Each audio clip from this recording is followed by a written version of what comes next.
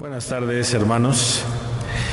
Nuestro sermón del día de hoy se titula Morir para vivir, con base al Evangelio de Marcos, capítulo 8, versículos del 27 al 38. Oremos, hermanos. Bendito Dios, pedimos que en este tiempo de sermón, sea tu palabra, Señor, hablando a nuestra vida, a nuestro corazón, de tal manera que tú continúes tu obra en nosotros. Que tu Espíritu Santo nos redarguya para que tú, Señor, sigas haciendo esa obra que solamente tú puedes hacer y nadie más. Por ello, Padre, estamos en la mayor disponibilidad. Y todo aquello que fuera un obstáculo, pedimos que tú lo quites y que nos des el entendimiento para poder recibir esa palabra tuya, esa palabra de verdad. En el nombre de Jesús, amén.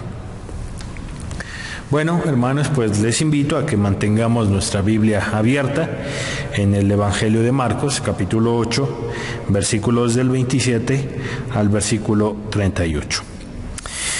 Este sermón tiene un título paradójico y podría sonar hasta un tanto contradictorio: morir para vivir.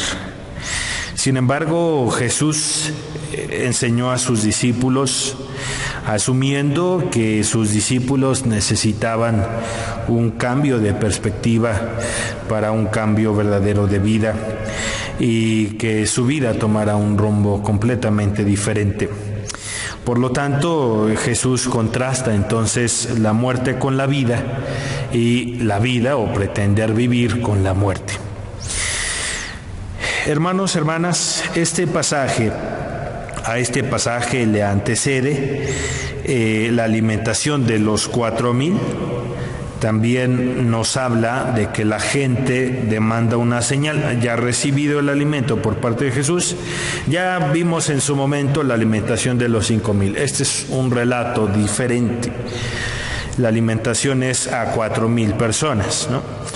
Y vemos la demanda de señal. Ya hemos hablado en algunos otros sermones cuáles son los motivantes por los cuales seguimos al Señor, seguimos a Jesús. Y mucha gente pues quería ver señales y es por ello que siguen a Jesús. Posteriormente, en los siguientes versículos, del 14 al versículo 21, vamos a ver nosotros cómo Jesús les enseña a sus discípulos acerca de la levadura de los fariseos. En pocas palabras, les dice que tengan cuidado, ¿verdad?, de la levadura de los fariseos. Les está diciendo, en otras palabras, que tengan cuidado de vanagloriarse en el ministerio o en el quehacer del Evangelio, porque en realidad no hay nada de qué jactarse ni de qué vanagloriarse, porque todo es de Dios. De tal manera que cuando nosotros atribuimos la gloria de Dios para nosotros, tener gloria, entonces ahí ya hay un problema de levadura, ¿no?, que es en un sentido figurado, que es como está hablando Jesús y cómo ve Jesús entonces a los fariseos y el motivo por el cual desempeñan su ministerio. Ahora, esto es muy importante, hermanos. La levadura de los fariseos, o sea, el orgullo con el cual sirven, porque Jesús va a hablar en el pasaje en el cual nos toca meditar el día de hoy, va a enseñar algo completamente opuesto a la levadura de los fariseos. Por ello es importante y lo estoy mencionando. Después viene también el pasaje del ciego sanado de Betsaida, que esto es muy interesante porque el ciego de Betsaida es sanado, pero este hombre, ¿verdad?, recibe la vista, cosa que muchos que ven físicamente en realidad no van a ver espiritualmente porque no quieren hacerlo, como los fariseos con su levadura, o sea, con su orgullo. Ahora sí, hermanos, les invito a que leamos los versículos 27 y 28 que nos atañen el día de hoy. La palabra del Señor dice: salieron Jesús y sus discípulos por las aldeas de Cesarea de Filipo. Y en el camino preguntó a sus discípulos diciéndoles: ¿quién dicen los hombres que soy yo? En primer lugar, ¿en dónde están Jesús y los discípulos? Bueno, dice que salieron de las aldeas de Cesarea de Filipo. Entonces, evidentemente, es una tierra extranjera, ¿verdad? Es una tierra gentil. Lo que hemos mencionado a grandes rasgos como características específicas del Evangelio de Marcos es que este evangelio va a ser escrito para la gente de las periferias, ¿verdad? Mencionamos que el evangelio de Mateo es muy judío, ¿verdad? Es muy judío de judíos. Es escrito para los de Jerusalén, ¿verdad? Sin embargo, el de Marcos, el evangelio de Marcos, es para los samaritanos, para los galileos y también para quienes forman parte de la iglesia cristiana naciente en ese momento y que no son necesariamente judíos, sino que son gentiles. Entonces vemos a Jesús precisamente caminando en Cesarea de Filipos, o sea, en una tierra extranjera, en una tierra gentil. Ahí mismo en el versículo 27 continúa diciendo: y en el camino preguntó a sus discípulos diciéndoles: ¿quién dicen los hombres que soy yo? Esto es interesante porque Jesús va a morir, y eso nos lo muestran los 4 evangelios.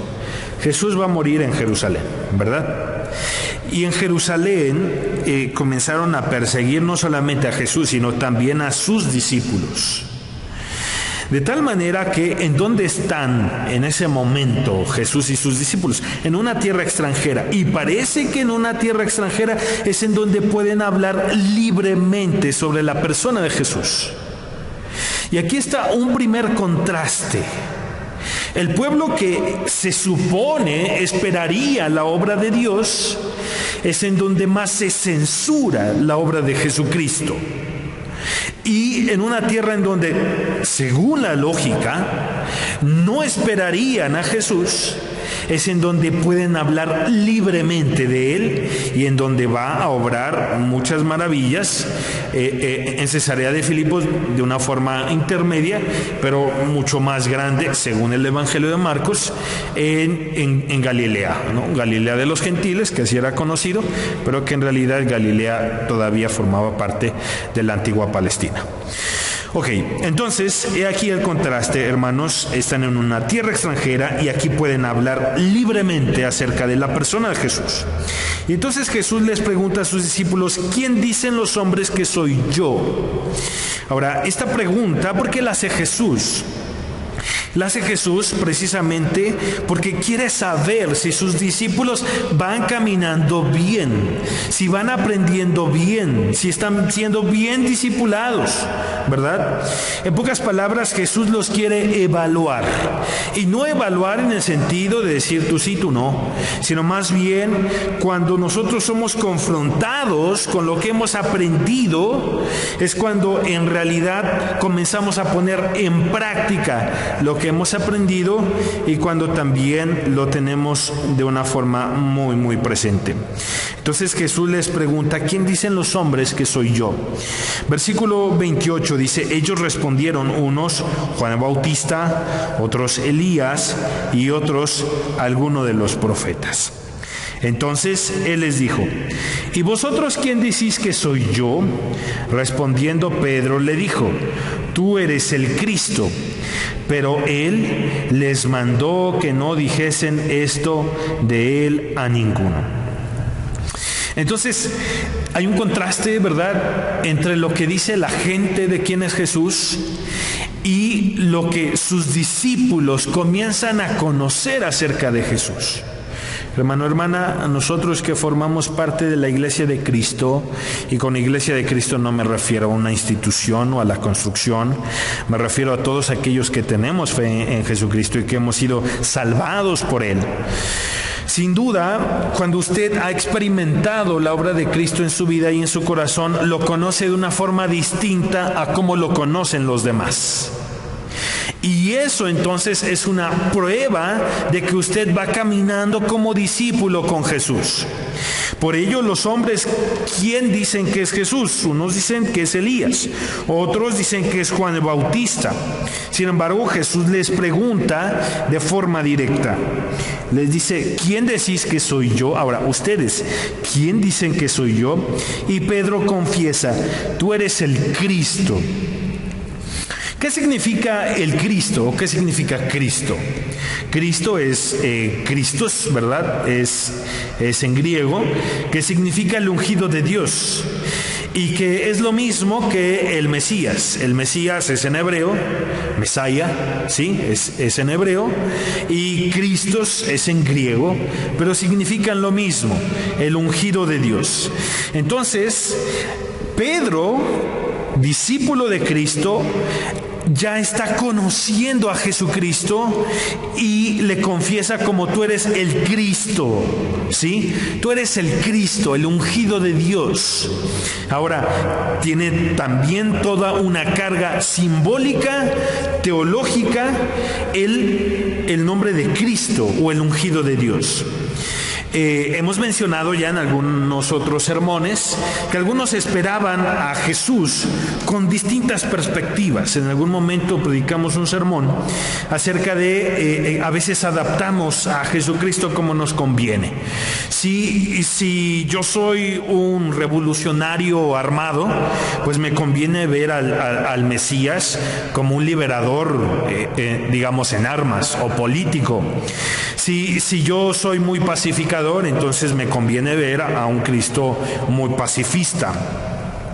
Cuando en realidad Jesús no se moldea o no es moldeado a las expectativas de la gente, sino que Jesús es el Mesías de acuerdo a cómo lo necesitaba el pueblo. Por eso es el ungido de Dios, el Cristo de Dios, no el Cristo del pueblo, el Cristo de Dios, el enviado, el ungido de Dios. Entonces, Pedro le confiesa, tú eres el Cristo, el ungido, con esta carga, ¿verdad?, de ser el liberador. Versículo número 30, pero él les mandó que no dijesen esto de él a ninguno. ¿Por qué pide Jesús que no confiesen o que no digan a nadie quién es Cristo? Porque va a llegar el momento en el cual se va a revelar quién es verdaderamente Jesucristo, pero también porque quienes le siguen con una fe genuina en realidad no necesitan que les anden diciendo quién es Jesús. Ellos van a seguir a Cristo Jesús con una fe completamente auténtica. Vamos a la segunda parte, hermanos, hermanas, de nuestro pasaje bíblico y por lo tanto también del sermón, que es la parte más confrontativa. Versículo número 31 dice, y comenzó a enseñarles que le era necesario al Hijo del Hombre padecer mucho y ser desechado por los ancianos, por los principales sacerdotes y por los escribas, y ser muerto y resucitar después de 3 días. Y aquí comienza lo complejo. Comienza ahí el versículo número 31 diciendo, y comenzó a enseñarles que le era necesario al Hijo del Hombre. Un título bastante curioso que lo vamos a encontrar en el libro de Daniel y también en el libro de Ezequiel. Hijo de hombre, ¿verdad? El Hijo del Hombre, que tiene 2 significados. Un significado es como primera persona, refiriéndose al Mesías, al enviado, al ungido de Dios, y otra también como un título, simple y sencillamente para hablar cualquier ser humano, ¿no? El Hijo del Hombre, un ser humano. Por lo tanto, Jesús está asumiendo el título, pero como primera persona, ¿sí? Quiere decir entonces que Él es el cumplimiento de la Escritura, Él es el cumplimiento de las profecías, pero es un cumplimiento de acuerdo, como ya hemos dicho, a la voluntad de Dios. Por eso dice, y comenzó a enseñarles que le era necesario al Hijo del Hombre padecer mucho. Pedro entonces ya reconoció quién es Jesús, es el Cristo, no es cualquier maestro, es el Cristo, el enviado, el ungido de Dios, el que había sido prometido por mucho tiempo, y el tiempo se había cumplido ya con Jesucristo, ¿sí? Pero Él continúa y les enseña que al Hijo del Hombre le es necesario padecer mucho. Padecer lo podríamos también mencionar como sufrir o incluso morir. Y luego dice, y ser desechado por los ancianos, por los principales sacerdotes y por los escribas, y ser muerto y resucitar después de 3 días. Y ahí está el asunto. Nosotros ya vimos que Jesús les dice a los discípulos, cuídense de la levadura de los escribas. O sea, de los fariseos. O sea, cuídense del orgullo con el cual sirven los fariseos. Pudiera parecer algo similar, pudiera parecer lo mismo, pudiera parecerse, ¿verdad? El ministerio de Cristo cuando tú te pones como el centro o cuando verdaderamente pones a Cristo Jesús. Pudiera parecer igual, pero no es lo mismo. Es completamente distinto y opuesto. En uno, ¿verdad? La levadura de los fariseos es precisamente enseño, hablo sobre Dios, pero para resaltar yo, para resaltar como el que enseña bien, como el que sabe, ¿verdad? Como el que sirve muy bien, el que habla muy bonito, etcétera, etcétera, etcétera. El contraste con Jesús es que el Mesías, sí, Jesús es el Mesías, es el Cristo, sí, y es el Hijo del Hombre, sí, es ese del cual habían hablado los profetas en el Antiguo Testamento hace muchísimo tiempo y podría jactarse. Sin embargo, por eso Jesús enseña, le es necesario al Hijo del Hombre padecer y ser desechado de los principales de la religión. De los principales que enseñan sobre Dios, le es necesario al Hijo del Hombre ser desechado, morir y resucitar a los 3 días. Ahí comienza el contraste. Por un lado, puedes pensar que alabas a Dios, que sirves a Dios, pero con un corazón que no ha muerto a sí mismo. Y por otro lado, está el verdadero sentir de Cristo. Comenzar a morir a mí mismo, comenzar a morir a mis pretensiones, a mis orgullos, para comenzar a vivir verdaderamente. Vamos al versículo 32. Esto les decía claramente. Entonces Pedro le tomó aparte y comenzó a reconvenirle. Vean, Pedro había confesado quién es Jesús. Dijo, tú eres el Cristo, ¿verdad? Y lo hizo muy bien. Pero después, ¿verdad? Tiempecito después, de que Jesús dice, me es necesario ir a la cruz y morir, y vamos a ver ahorita más adelante por qué le era necesario a Jesús ir a la cruz. Pero entonces cuando dice Jesús, me es necesario ir a la cruz, viene entonces Pedro y viene a reconvenirle. La palabra reconvenirle también se pudiera traducir como viene a como a regañarlo o a exhortarlo. ¿Cuál es o cómo es la exhortación de Pedro? Versículo 33. Pero él, volviéndose y mirando a los discípulos, reprendió a Pedro diciendo, quítate de delante de mí, Satanás, porque no pones la mira en las cosas de Dios, sino en las cosas de los hombres. ¿Nos damos cuenta? ¿Cuáles son las cosas de los hombres? Jesús entonces reprende a Pedro y le dice, a ver, apártate de mí, Satanás. ¿Sí? No te interpongas, apártate de mí, porque tú estás poniendo tu mirada en las cosas de los hombres y no en las cosas de Dios. Por ello, hermanos, yo les decía, hay aquí 2 contrastes, pudieran parecerse, pero son completamente diferentes y opuestos. En primer lugar, como ya repetimos, ¿verdad? La levadura de los fariseos. Es quizá la perspectiva que tiene Pedro. Por eso viene a estorbarle, incluso a regañar a Jesús, diciéndole, ¿cómo crees, maestro? ¿Cómo crees? Ni se te ocurra morir. Vamos a ver aquí algo muy interesante. Otra vez, versículo 33. Pero él, volviéndose y mirando a los discípulos, reprendió a Pedro diciendo: quítate de delante de mí, Satanás. Quítate de delante de mí, Satanás.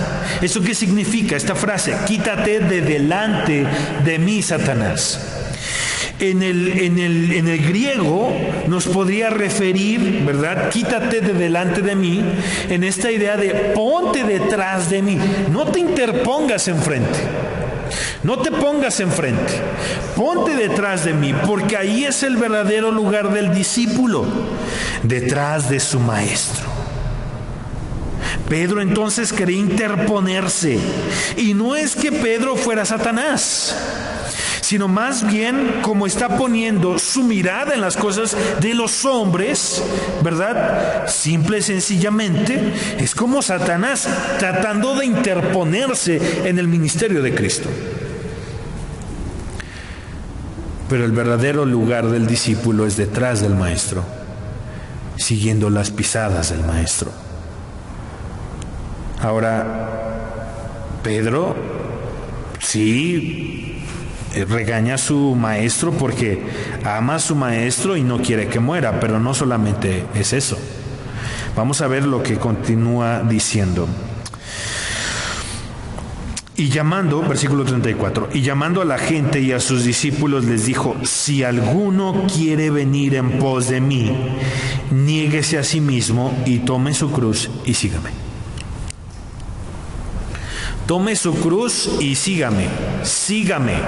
¿Qué es seguir a Jesús? O sea, ir detrás de Él. Y tomar la cruz. ¿Qué significa tomar la cruz? Y vamos a quitarnos de interpretaciones muy suavizadas. Regularmente, cuando hablamos de tomar la cruz, nos referimos, pues son las tribulaciones del siglo XXI, ¿verdad? En nuestro contexto. ¿Cuáles son nuestras tribulaciones? Por ejemplo, una de nuestras tribulaciones pudiera ser que no nos podemos conectar a tiempo, no sé, en el culto, ¿verdad? De los domingos a las 12 del día. ¿Por qué? Porque tenemos algunas actividades y de repente comenzamos a discutir ahí en la familia porque no nos conectamos a tiempo para el culto. Esa no es una verdadera tribulación. A lo que se está refiriendo el contexto es que Jesús está en peligro de muerte.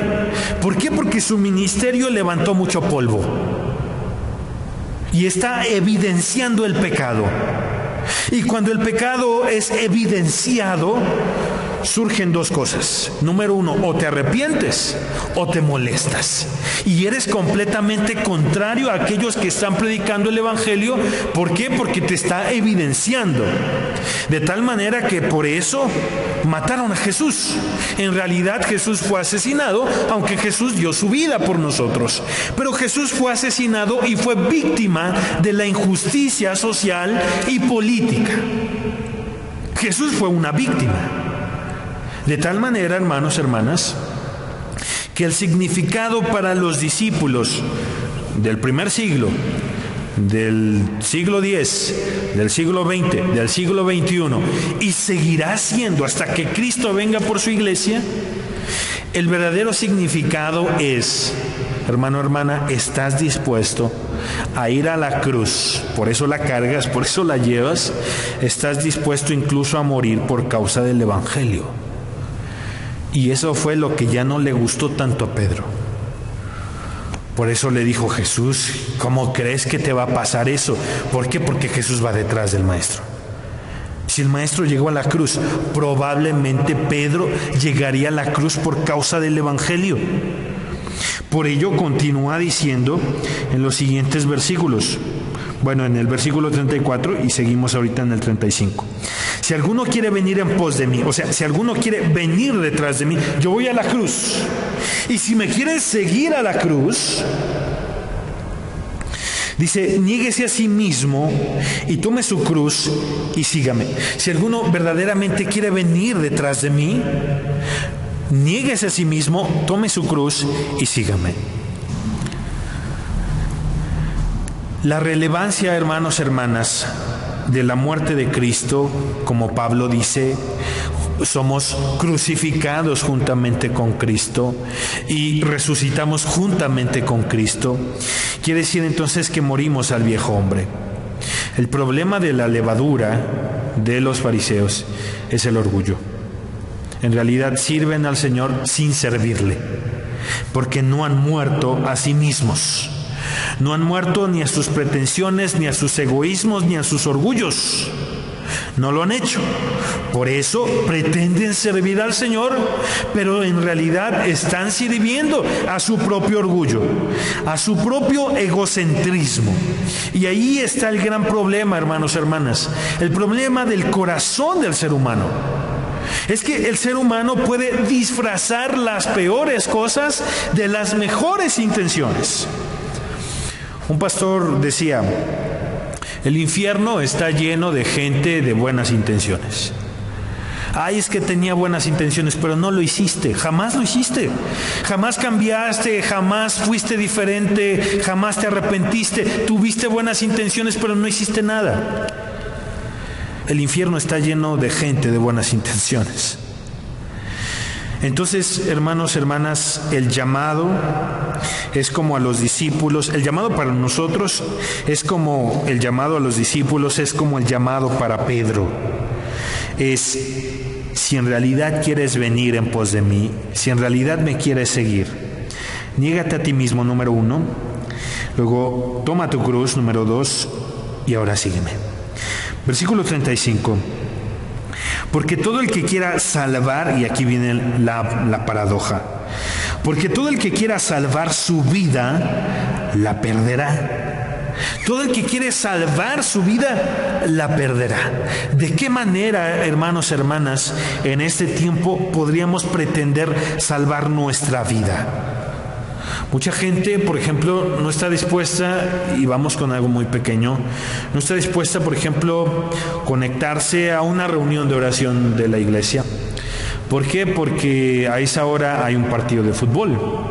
O sea, en realidad no se quiere negar a sus gustos. Prefiere sus gustos, ¿verdad?, antes que conectarse a la iglesia, ¿no?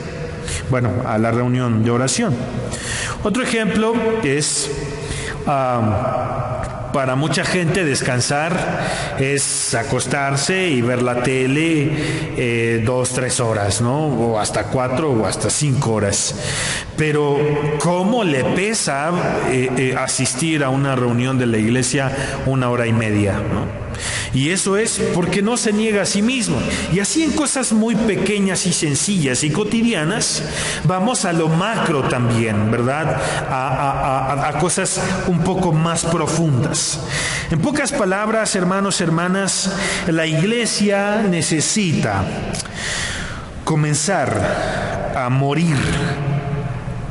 Usted y yo necesitamos aprender a morir, a negarnos a nosotros mismos para verdaderamente vivir.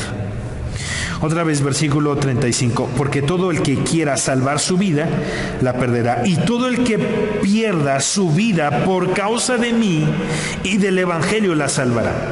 Ahora, hermanos, estas palabras es en un sentido figurado, sí, pero también en un sentido literal. Si tú pierdes tu vida por causa de mí, en realidad la vas a hallar. Tu vida social, tu vida, tu vida sin Cristo, ¿no? Si tú pierdes tu vida sin Cristo, en realidad vas a obtener la verdadera vida, en un sentido figurado, pero también en un sentido literal. Si tú pierdes tu vida física por causa de mí, en realidad vas a tener la vida eterna. No como algo consecuente, no por el hecho de que moriste por el Evangelio y tu recompensa es la vida eterna, no, sino en realidad tú estuviste dispuesto a morir por el Evangelio simple y sencillamente porque el Señor ha llenado tu vida y tu corazón. Hermanos, hermanas, aquí está lo difícil. Un hermano comentaba en alguna ocasión, decía, y no me malentiendan estas palabras, lo decía de una forma sarcástica, ¿no? Pero decía él: hermanos, cuando yo estaba sin Cristo, tenía mucho dinero.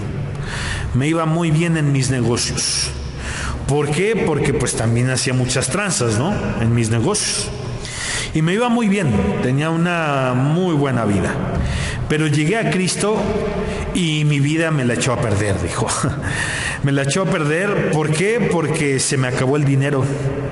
Y se acabó el dinero y se acabaron mis negocios porque dejé de transar. Dejé de ser corrupto, dejé de hacer malos manejos, porque el Señor transformó mi corazón y me echó a perder la vida. Y decía, pero gracias a Dios que me la echó a perder, porque solamente así llegué a vivir verdaderamente. Hermanos, hermanas, definitivamente Cristo transforma nuestra manera de vivir. Por ello, hermanos, en este contraste que nos presenta todo el capítulo número 8 del Evangelio de Marcos, cuídate de la levadura, cuídate del orgullo, cuídate de ese ministerio o ese servicio a Dios que se parece a lo esencial y a lo verdadero, que en realidad lleva muchas cosas ocultas, lleva un corazón completamente orgulloso, lleva un corazón completamente hinchado en egocentrismo. Aprende a negarte a ti mismo. Por ello, hermanos, hermanas, les invito para ir cerrando este tiempo. ¿Qué implica para ti morir para comenzar a vivir verdaderamente? ¿De qué te tienes que negar? Niégate a ti mismo. ¿Qué implica eso para ti en la práctica, en la vida cotidiana?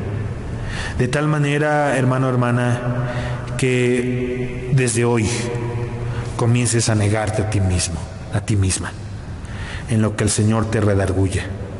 Entrega al Señor lo que necesitas entregarle. Versículo número 38. Porque el que se avergonzare de mí y de mis palabras en esta generación adúltera y pecadora, el Hijo del Hombre se avergonzará también de él, cuando venga en la gloria de su Padre con los santos ángeles. ¿Qué es avergonzarse? Avergonzarse es precisamente el Evangelio demanda algo de ti. O sea, el Evangelio te pide algo. El Señor te pide algo, el Señor te pide tu vida.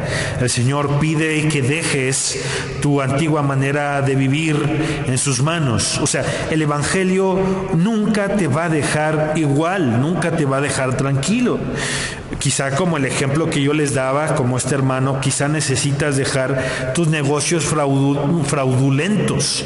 Y ese hermano estaba en negocios fraudulentos simple y sencillamente porque amaba el dinero, ¿no? El dinero en realidad era su motivante. Hermano, hermana, ¿qué necesitas para poder vivir verdaderamente con el Señor? Que el Señor nos hable de una forma muy clara. Dejamos esto abierto, ¿verdad?, para que el Señor le hable de forma específica, pero abra bien sus oídos y también que el Señor le abra su entendimiento para que el Señor hable de una forma muy clara y a usted no le quepa ninguna duda de que es el Señor hablándole a usted. Vamos a orar. Padre Santo, gracias te damos. Gracias te damos porque nos has enseñado a morir para vivir verdaderamente. De tal manera, Señor, que quizá lo que yo he pretendido en mi vida o lo que he tenido como mis sueños, como lo más importante, como lo más valioso, quizá no lo es. Ven y reordena, Señor, mis prioridades. Ven, Padre Santo, y confróntame. Ven, bendito Dios, y hazme entender que quizá la forma en cómo estaba sirviendo en realidad lo hacía o lo hago aún con un corazón hinchado de orgullo y que en realidad no busca tu gloria, sino que buscaba mi propia gloria. Por ello, Señor, líbrame de usurpar el lugar que no me corresponde, porque solamente tú eres el único digno de toda honra y de toda gloria. Señor, Permítenos tener esa verdadera vida en ti, de tal manera que te podamos reconocer como el Cristo, pero no solamente reconocerte, sino tomar nuestra cruz y seguirte. Lo que implique en donde quiera que nosotros nos desarrollemos, en nuestros trabajos, en nuestras familias, lo que implique. Háblanos, Señor, de forma específica a cada uno. Te lo pedimos en el nombre de Cristo Jesús. Amén. Hermanos, que el Señor les bendiga y les guarde y que afirme su palabra en cada uno de nosotros. Que el Señor les bendiga, hermanos.